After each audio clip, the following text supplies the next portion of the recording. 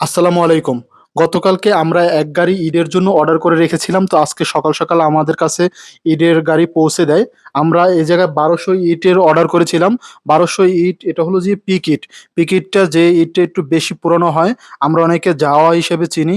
যে, যে ইটটা জাওয়া হয়, ইটের বেশি পুরনো হয় এবং মজবুত হয়, ওই ইটটাই আমরা অর্ডার করেছিলাম ১২০০ ইট। এই জায়গায় আমাদের ১২০০ ইট ৳১৪,০০০ গাড়ি ভাড়া সহ খরচ হয়েছে আমাদের এই স্থানে আসা পর্যন্ত। তো আমি ইটটা আসার পরে আমাদের পাইপ দিয়ে মোটরে পানি দেওয়ার ব্যবস্থা করেছিলাম। কারণ এই ইটটা পুরানো ইটটায় যত বেশি পানি দিব তত বেশি ইটটা শক্ত হবে। তাই আমি চেষ্টা করেছিলাম সকল ইটগুলো যেন ভিজিয়ে দেওয়া যায়। তো আমার যে পাইপ ছিল সেই পাইপে আমি সম্পূর্ণ রাস্তা পর্যন্ত আমার মোটর দূরে থাকার কারণে আমি রাস্তা পর্যন্ত পানি দিতে পারছিলাম না।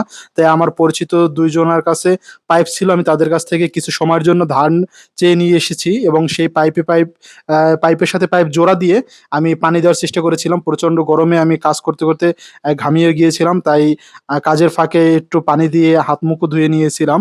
তো ইটগুলো মাশাআল্লাহ ভালোই ইট দিয়েছে আমাদেরকে। তো আমি সম্পূর্ণ ভালোভাবে যেন প্রতিটি ইটে পানি যায় এবং পানি লাগে সেই চেষ্টাই করছিলাম। ঘুরে, ঘুরে চতুর্দিক থেকে পানি দেওয়ার ব্যবস্থা করেছিলাম এবং আমি আপনাদেরকে গতকালকে একটা আপডেট দিয়েছিলাম যে আমরা ২ টি খামারের জন্য নতুন ভেড়া কিনেছি। তো ওই ভেড়া ২ টি আমরা এখন পর্যন্ত আমাদের খামারে নিয়ে আসতে পারিনি। এর কারণ হলো আমাদের খামার এখন পর্যন্ত প্রস্তুত হয়নি। তাই আমরা যার কাছ থেকে কিনেছি যে ভেড়ার মালিক তার কাছেই আমি ভেড়া ২ টা রাখতে বলেছি যে আমরা পরবর্তীতে গিয়ে নিয়ে আসবো। তো তার কাছেই এখনো আমার ভেড়া ২ টি রয়েছে। আমি ভেড়া ২ টি কিছুদিনের ভিতরে আনবো এবং আপনাদেরকে আমি দেখানোর চেষ্টা করবো যখন আনবো।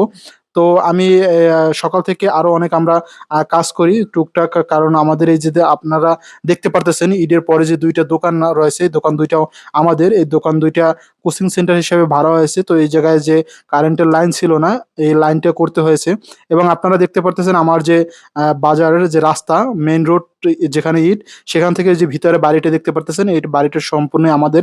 তো এই বাড়ির ভিতরে পানির মোটর চলতেছে। আর এখান থেকে ওই রাস্তা পর্যন্ত আমার মোটর পানির লাইন টাইনে নিতে হয়। যার কারণে আমার অনেকটাই আ বেশি পাইপের প্রয়োজন হয় এবং এইটা দেখতে পারতেছেন আমার গরুর খামার যে করব সেই স্থান আমার ঘরের পাশাপাশি এই স্থানটা। তো এই জায়গায় আমার আসলে গরুর খামারটা হবে। আপনাদের আমি প্রায় ভিডিওতে দেখাইছি। এই জায়গায় আমি ইট কিছু গাঁথনির জন্য উপরে ইট এনে স্টক করে রেখেছি এবং সেদিন যে কাঠ নিয়ে এসেছিলাম মিল থেকে, সেই কাঠও পাশিয়ে রেখেছি। তো আমরা শীঘ্রই কাজ দ্রুত এগিয়ে নেওয়ার জন্য চেষ্টা করতেছি। সকলে আমাদের জন্য দোয়া করবেন। আল্লাহ যেন আমাদের কাজ দ্রুত সম্পূর্ণ করার তৌফিক দান করে।